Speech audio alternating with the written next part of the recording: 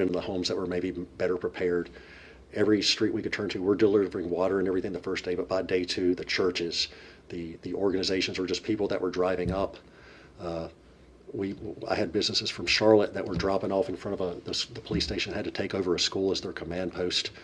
There were breweries that brought up three generators. A car dealership out of Tarboro brought up Starlink systems for everyone to use. Just people helping people is what this event has become. It's a great tragedy, but every one of us has come back uplifted because we're seeing how much people are working together. The people we were helping were trying to offer us food. The town is upbeat, and they, by this time, there's still no water. Electricity came on in some of the areas after about day 4. There's still no running water, so everyone in the town of, say, Black Mountain is using porta-johns that have been set up. There's no laundry. Donations are coming in to help the people, but when you see they're almost setting up food kitchens to help everyone to make the cooking a bit more communal. Everyone's still upbeat and they're happy because they're alive. And like I said, it's the most common thing we heard. This is a tragedy, but when you look at the human experience and everyone coming together, it is uplifting to be able to experience that. As recovery efforts continue, we urge everyone to avoid traveling to the affected region unless it's absolutely necessary. Your presence could hinder the relief efforts and create additional challenges for those already struggling. There's still fuel shortages in the area. The first few days we were there, when there was no electricity, you can't pump gas out of that. And as we're driving up, it took us a while to get there. There was just vehicles left on the side of the road that had ran out of the gas, that had tried to get out of the area, but couldn't refuel. The devastation is pretty heavy in some of the areas, especially, like I said, Swannanoa. 18-wheelers were lifted and carried, hundreds and hundreds of yards where people were trapped inside, turned over. A church looked like a dollhouse. Half of it had been ripped off and just sitting there, and you could just look inside half of it. So the destruction and the rebuilding efforts, I think, will take, a very, very long time. But the people up there are strong. They're going to need help for quite a long time. Whenever we did get back into where our phones would work or our texts would come through when we hit a Wi-Fi zone, everyone is reaching out to help and how they can assist. I don't want the community to look at this and go, like, right now everyone's focusing on it. That area is going to need help for a very long time. It's a tourism area. So a lot of their financial resources are going to be depleted over the winter. Just everybody remember that area, and if they can, help out, but don't forget the area in the short term. Go for the long term there, because they're going to need it. Any questions I can take from anyone? I have two. Speak a little bit about the delay in information, not only receiving information, but getting information out. And then also, how will this reflect and help CMPD working at a level with state, local, federal, for if an emergency happens in Charlotte? Well, when this happened, I was already working in the Emergency Management Center in Charlotte. I'm one of the primaries assigned to that. We have a very robust response here. We do a lot of training. We have a great deal of planning. And we were still dealing with, like, the micro floods that we were having here when the ask for assistance came in. This is a storm of a century. One of the gentlemen there that had also works at, say, the Biltmore Estate, I believe it was the flood of either 1918 or 1919, the one they called the Great Flood of the area, where you could tell where the flood level was on the side at Biltmore. This was a foot over that. So this is a historic storm that stayed in the area for a very long time. So this is something you can't plan for. The problem is so large and it affects so many people that there is a lot of communication gaps. I can't say that anyone would be able to communicate well up there with so many problems, especially, like I said, there was one phone working, and they still managed to get through. And as soon as we got our Sprinter van there, the drone we use for a drone van, and got Wi-Fi, that was the first time in many days that those officers were able to reach out and let their families know they're okay. And that was just them, the entire community up there. Like right now, I was talking to the chief of Black Mountain, and at the time we have at least 6,000 people listed as missing. That number will go down. That's a lot of people were able to get out. It's a big vacation community, or people who live there for a few months or live in another place. They just don't know where they're at. We hope they got out.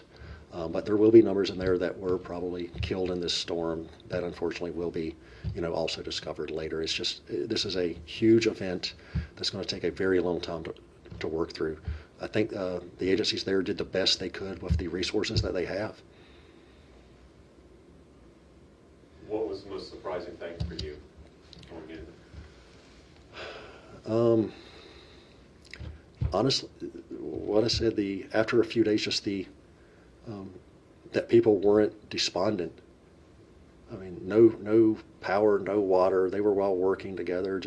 It gives you I've got a lot of faith in humanity after seeing that. When you see stuff that doesn't always work like that, and you're able to go to a community, and it wasn't just family or on the street. Everyone was helping out as much as they can because they say a neighbor or just another place had been through it. A lot of the resources were coming from the coast because they had been through this before and they had gotten help. So when they see something this tragic, they want to come in. It's just the logistical problems that you don't think of. You think you might not have power, you might not have water for a day or two, but when you have to look at you might not have water for a month or 2 months, how do you survive? It's taking us back to living pre-1900s and capabilities for that region. And we've gotten so electronically dependent. We're sitting there and the kids aren't able to go to school. They're out playing in the yards, fortunately, but you wonder, one of my concerns is how are they going to be affected long term? They've been through a very scary tragedy. Their lives are going to be affected for a long time. I want the schools to get back. The Black Mountain Police had a kind of a national night out event planned for later that week, and they were all sad that the kids we're looking forward to this, just a bounce house and this and that. And, my suggestion was get this back as soon as you can. That community needs a return to normal, even though it's going to be a long time for everything to come back. They need return to normalcy, and any event like that you can do for the kids or the families just to feel that I think will help. Any recommendations? Hurricane season's not over yet. Is there anything as seniors or families or community we should start looking at and learn from? There's a lot you can learn from this. Emergency preparedness. This can happen anywhere at any time. The government, the U.S. sites and experts always say have at least 3 days of supplies on hand. Be prepared if your power does go out. Just like our region had a lot of power out for several days. You've got to be able to sustain for at least 3 days of water, emergency candles, and food that you can eat that doesn't require electricity or propane gas. Because as much as we have invested in emergency response and resources, an event that hits the entire community is overwhelming. So you have to be able to sustain yourself for at least that long. Have an emergency plan. A lot of the people said, well, I've got a friend here if I can make it to them, but they didn't have the logistics to make it to them. The roads were impassable, and people they would have emergency generators that had to be filled with propane, and that road's going to be shut down for 2 months, so he's going to run out of propane before that. People who had prepped didn't have all of the answers. I just wanted to clarify, so all the initial officers and the medic that went up on Friday are all back now?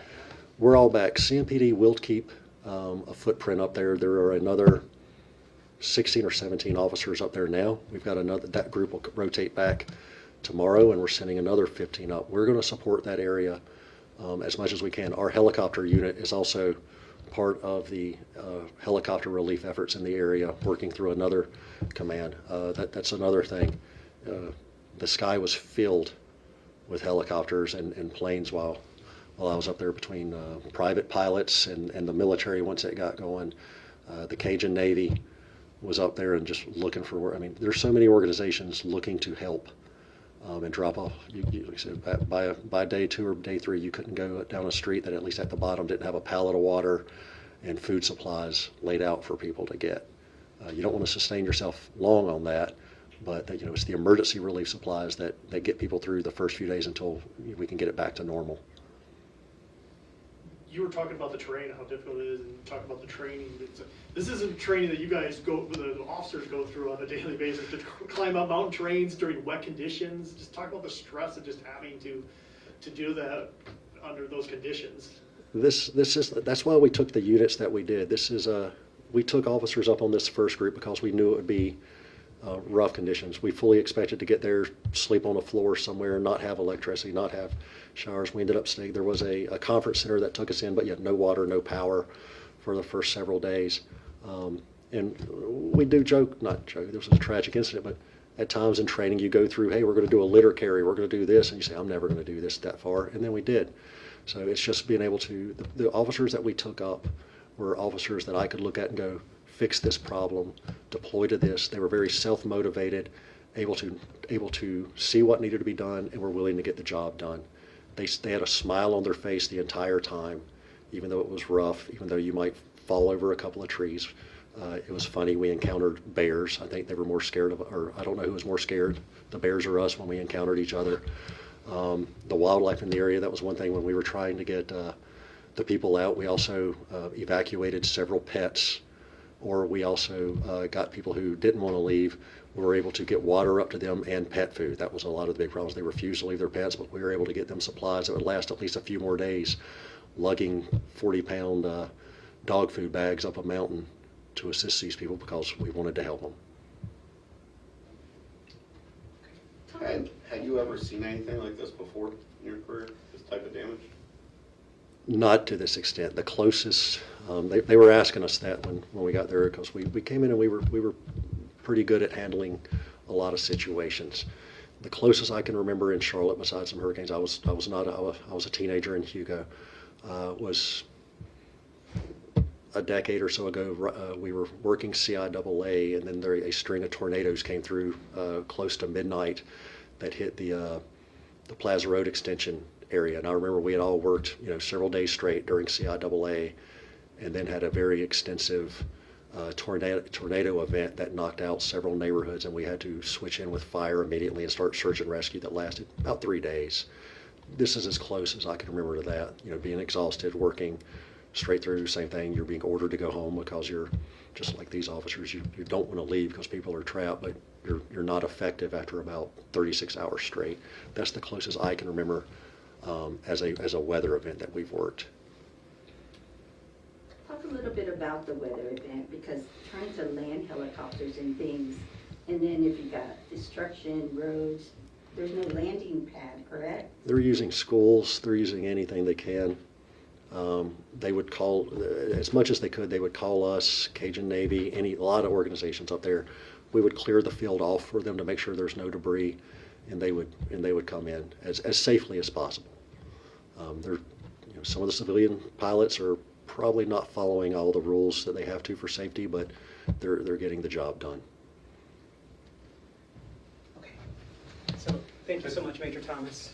As Major mentioned, we are going to share a PICA link of like photos that Major Thomas and his team actually were able to capture. So we will send those out via the media release email. And then also the Charlotte Communication and Marketing team, they're going to put out a video as well on Monday that will be available too. So please look out for that as well. Okay, get his name one more time, so make him sure. Major J.D. Thomas, and Yeah, just J.D. Thomas works. Thank you so much. thank you. no problem. Thank you for coming. Thank you. Yep. And I'm just telling the police side, the medic side, there's fire's still up there working, and they're doing their search and rescue stuff, so they're deployed to other areas. Charlotte's doing a lot up there. Yeah. Thank you. Thank you. Thank you so very much. Awesome.